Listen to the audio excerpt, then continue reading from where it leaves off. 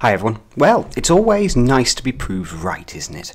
And so here we have a situation where Samsung has now done a complete volte-face, a U-turn, a backtrack as fast as humanly possible, and has now said that it's removed its benchmarking boosters from Android 4.4 updates coming to the Galaxy Note 3 and Galaxy S4. Now, you might remember last year there was some brouhaha around Samsung effectively cheating on benchmarks, and they were caught out well and truly. So what Samsung were doing were checking any time the device tried to run a benchmark, and if it saw a benchmark in its little list, it would then overclock the device. Simple as that, really. So what they would do is they would clock the CPU, clock the GPU higher than any game or software could ever run naturally. So if you were to just load up a game and play it, versus loading up a benchmark and benchmarking, the benchmark is effectively capable of higher frame rates than the game could ever be, purely because what Samsung are doing is temporarily clocking their device so that it gets a better score. Now, at the time, I rounded on Samsung heavily for this, for effectively lying and misleading the whole general public. Not that just the general public, but reviewers as well. Essentially, they were making their devices look considerably better for gaming and for browsing, believe it or not, than all of their competitors.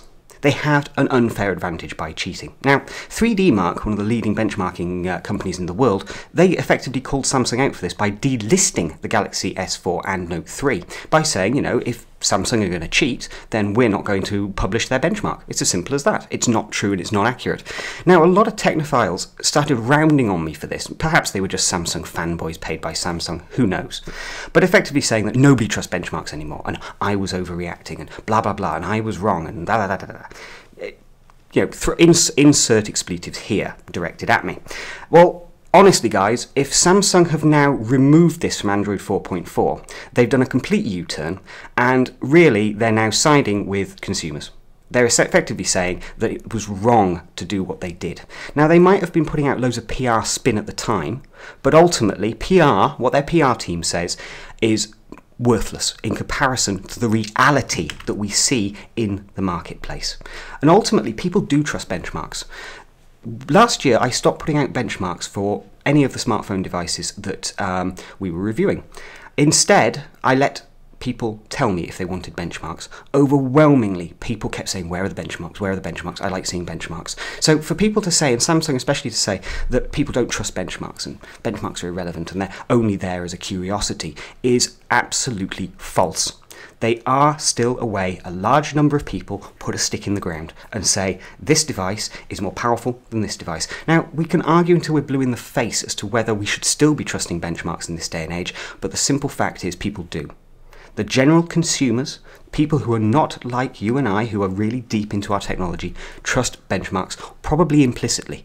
You know? So when you have one company creating an unfair advantage in the marketplace by cheating on their benchmarks, ultimately it sullies everyone. Because you're sowing doubt, and that must not happen in technology. People must be able to trust the numbers that they're seeing, at least in comparison to other devices out there from other manufacturers.